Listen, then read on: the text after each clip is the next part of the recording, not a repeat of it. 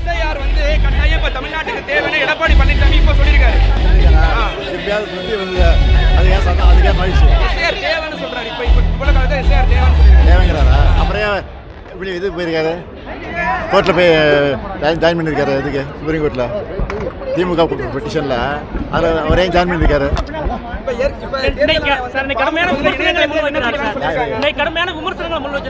அவருக்கு வந்து வேறு வேலை இல்லை, அதனால விமர்சனம் வைக்கிறாரு. அதுக்கு நாங்கள் கவலைப்படல, எங்கள் வேலையை நாங்கள் பார்த்துருக்கோம். நீதிமன்றத்துக்கு போயிருக்கோம்ல, நீதிமன்றத்துக்கு போயிருக்கோம். நாளைக்கு ஆர்ப்பாட்டம் நடத்துகிறோம். அதுக்கு பிறகு பாருங்க. கூட்டத்தை பார்க்கும்போது எப்படி சார் இருக்கு மனசுக்கு? கூட்டத்தை பார்க்கறது இல்லை, எப்போதுமே எங்களுக்கு மனசு நல்லா தான் இருக்கு. எத்தனையோ திட்டங்களை நிறைவேற்றினாலும் எதிர்க்கட்சிகள் குற்றச்சாட்டுலாம் முன் வச்சுக்கிட்டு இருக்காங்க. எத்தனையோ திட்டங்களை நிறைவேற்றினாலும் எதிர்க்கட்சிகள் பல்வேறு குற்றச்சாட்டுகளை முன் வச்சுக்கிட்டு இருக்காங்க. வேலை கிடையாது, செஞ்சாகணும் அவங்க. சார் 26 தேர்தலில் 4 முறை போட்டி இருக்குங்கிறாங்க. 26 தேர்தலில் எத்தனை முனை போட்டி வந்தாலும் திராவிட முன்னேற்ற கழக தலைமையில் இருக்கிற கூட்டணி தான் மாபெரும் வெற்றி பெறும். 7வது முறையாக திமுக நிச்சயமாக ஆட்சி அமைக்கும். எதிர்க்கட்சிகளோட பலவீனத்தை பலமா பாக்குறீங்களா எப்படி சார்? எதிர்க்கட்சிகளோட பலவீனத்தை பலமா பார்க்கல, பலவீனமா பார்க்கல. நான் எங்க வேலையை பார்க்குறோம்.